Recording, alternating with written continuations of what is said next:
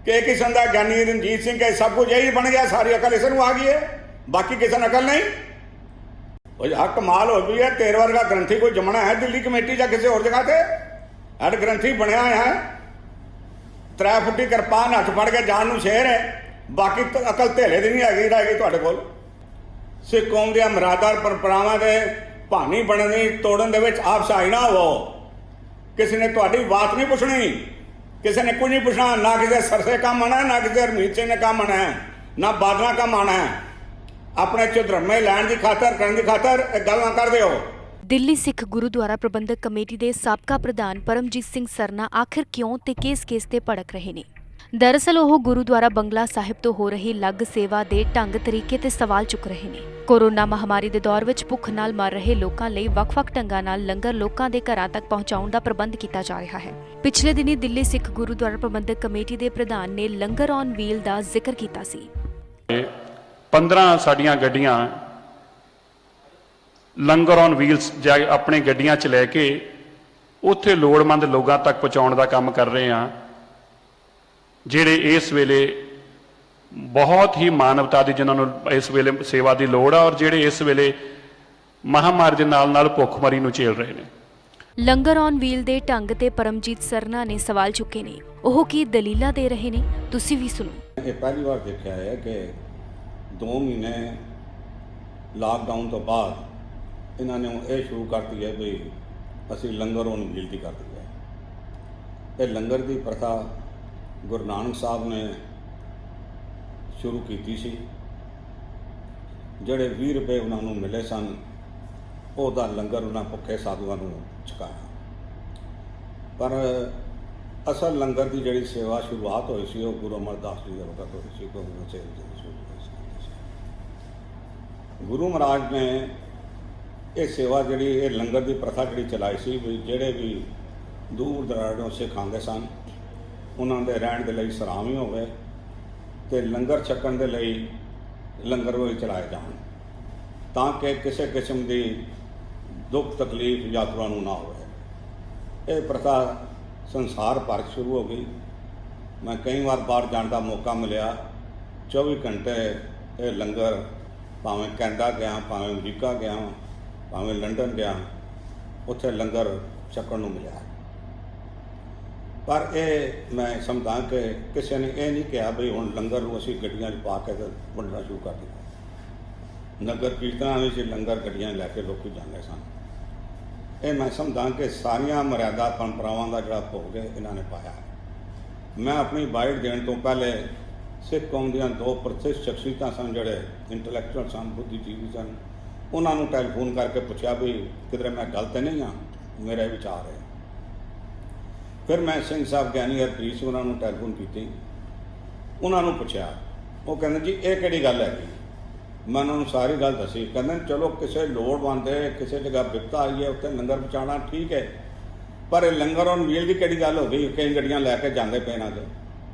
ਮੈਂ ਇਹ ਸਮਝਦਾ ਹਾਂ ਕਿ ਇਸ ਦੇ ਪਿੱਛੇ ਇਹਨਾਂ ਦਾ ਸਿਆਸੀ ਮਨਸਾ ਹੈ, ਜਾਂ ਇਹ ਲੰਗਰ ਦੀ ਪ੍ਰਥਾ ਨੂੰ ਜਿਹੜੀ ਸੰਗਤ ਔਰ ਪੰਗਤ ਦੀ ਕਥਾ ਹੈਗੀ ਸੀ, ਉਹ ਜਿਹੜੀ ਹੈਗੀ ਉਹ ਪੰਗਤ ਵਾਲੀ ਗੱਲ ਨੂੰ ਖਤਮ ਕਰਕੇ ਕਹਿੰਦੇ ਜੀ ਬਈ ਹੁਣ ਕੋਈ ਨਹੀਂ, ਹੁਣ ਘਰ 'ਚ ਬੈਠੋ, ਤੁਹਾਨੂੰ ਗੱਡੀ ਸਾਡੀ ਘਰ ਲੰਗਰ ਦੇਣ ਆ ਜਾਏਗੀ ਤੁਹਾਡੀ।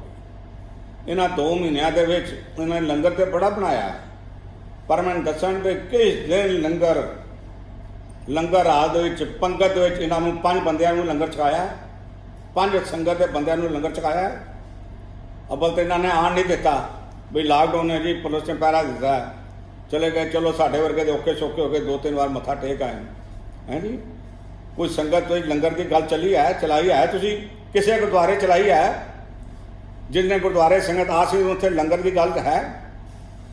ਇਹ ਸਿੱਧੀ ਸਪਸ਼ਟ ਗੱਲ ਹੈਗੀ। 2 ਗੱਲਾਂ ਹੈਗੀਆਂ ਕਿ ਇਹ ਜਿਹੜੀਆਂ ਸਿੱਖਾਂ ਦੀ ਮਰਿਆਦਾ ਔਰ ਪਰੰਪਰਾਵਾਂ ਨੂੰ ਤਲਾਲੀ ਦੇ ਰਹੇ, ਨਵੇਂ ਤੋਂ ਨਵੇਂ ਗੱਲ ਕੱਢ ਰਹੇ ਨੇ ਆਪਣੀ ਸਿਆਸੀ ਲੈਣ ਦੇ ਲਈ।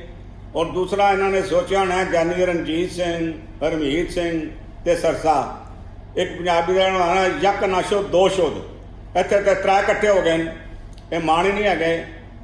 ਤੇ ਇਹਨਾਂ ਨੇ ਜਿਹੜੀਆਂ ਪਿਛਲੇ ਦਿਨਾਂ ਦੇ ਵਿੱਚ ਮਰਿਆਦਾਵਾਂ ਦਾ ਭੋਗ ਪਾਇਆ, ਗੁਰੂ ਦਾ ਸੋਨਾ ਤੇ ਹੋਰ ਦਾਨ ਪੁੰਨ ਦੀਆਂ ਚੀਜ਼ਾਂ ਸਰਕਾਰ ਨੂੰ ਦੇਣ ਦੀਆਂ ਗੱਲਾਂ ਕੀਤੀਆਂ, ਉਹਨਾਂ ਨੂੰ ਹੇਠ ਉੱਪਰ ਕਰਨ ਵਾਸਤੇ ਇਹਨਾਂ ਨੇ ਕਹਿਤਾ ਜੀ ਚਲ ਲੰਗਰ ਹੁਣ ਵੀਲ ਕਰ ਦਿਓ। ਮੈਂ ਗਿਆਨੀ ਰਣਜੀਤ ਸਿੰਘ ਨੂੰ ਕਹਿਣਾ ਚਾਹੁੰਦਾ ਬਈ ਲਫ਼ਜ਼ ਮੈਂ ਨਹੀਂ ਵਰਤਣਾ ਚਾਹੁੰਦਾ, ਮਤਲਬ ਸਮਝੋ ਮੈਂ ਕੀ ਕਹਿਣਾ ਚਾਹੁੰਦਾ।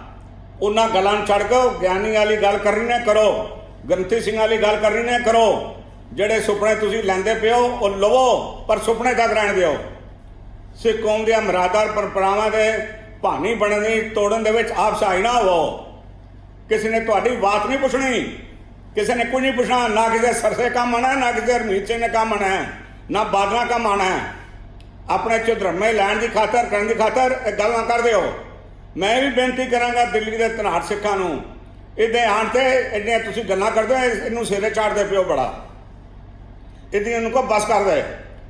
ਇੱਕ ਪਹਿਲੇ ਤਾਂ ਗੱਡੀਆਂ ਖਰੀਦਦੇ ਪਏ ਸਨ, ਹੁਣ ਕਿਰਾਏ ਦੀਆਂ ਬੱਸਾਂ ਲੈ ਲਈਆਂ ਨੇ, ਟੈਂਪੋ ਲੈ ਲਏ ਨੇ। ਅੱਜ ਪਤਾ ਨਹੀਂ ਕਿਹੜੀਆਂ ਕੀਮਤਾਂ ਨਾਲ ਸ਼ੁਰੂਆਤ ਕੀਤੀ ਨੇ। ਇਸ ਵਾਸਤੇ ਮੈਂ ਜਥੇਦਾਰ ਗਿਆਨੀ ਰਣਜੀਤ ਸਿੰਘ ਨੂੰ ਬੇਨਤੀ ਕਰਾਂਗਾ ਕਿ ਸੋਮਵਾਰ ਤੋਂ ਲੈ ਕੇ ਇਹਨਾਂ ਨੂੰ ਬੁਲਾਉਣ ਤੇ ਪੁੱਛਣ ਬਈ ਦੱਸੋ ਤੁਸੀਂ ਲੰਗਰ ਔਨ ਵੀਲ ਦੀ ਸੇਵਾ ਕਿਸ ਕੋਲ ਪੁੱਛ ਕੀਤੀ ਹੈ। ਤੁਸੀਂ ਮੈਂ ਉੱਪਰ ਬੈਠਾ ਹੋਇਆ ਮੈਨੂੰ ਪੁੱਛਿਆ ਨੇ, ਸਾਬਕਾ ਜਥੇਦਾਰ ਬੈਠੇ ਉਹਨਾਂ ਨੂੰ ਪੁੱਛਿਆ ਨੇ ਕਿ ਇਹ ਕਿਸਮ ਦਾ ਗਿਆਨੀ ਰਣਜੀਤ ਸਿੰਘ ਕੇ ਸਭ ਕੁਝ ਇਹੀ ਬਣ ਗਿਆ, ਸਾਰੀ ਅਕਲ ਇਸ ਨੂੰ ਆ ਗਈ ਹੈ, ਬਾਕੀ ਕਿਸੇ ਨੂੰ ਅਕਲ ਨਹੀਂ। ਹਰ ਰੋਜ਼ ਕਥਾ ਸੁਣਾਣੀ ਘੱਟੇ, ਗੁਰੂ ਨਾਲ ਜੋੜਨਾ ਘੱਟੇ, ਬਾਣੇ ਨਾਲ ਜੋੜਨਾ ਘੱਟੇ।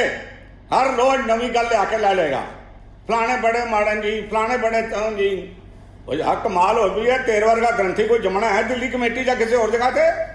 ਹਰ ਗ੍ਰੰਥੀ ਬਣਿਆ ਹੋਇਆ ਹੈ, 3 ਫੁੱਟੀ ਕਿਰਪਾਨ ਹੱਥ ਫੜ ਕੇ ਜਾਣ ਨੂੰ ਸ਼ੇਰ ਹੈ, ਬਾਕੀ ਅਕਲ ਧੇਲੇ ਦੀ ਨਹੀਂ ਹੈਗੀ ਰਹਿ ਗਈ ਤੁਹਾਡੇ ਕੋਲ।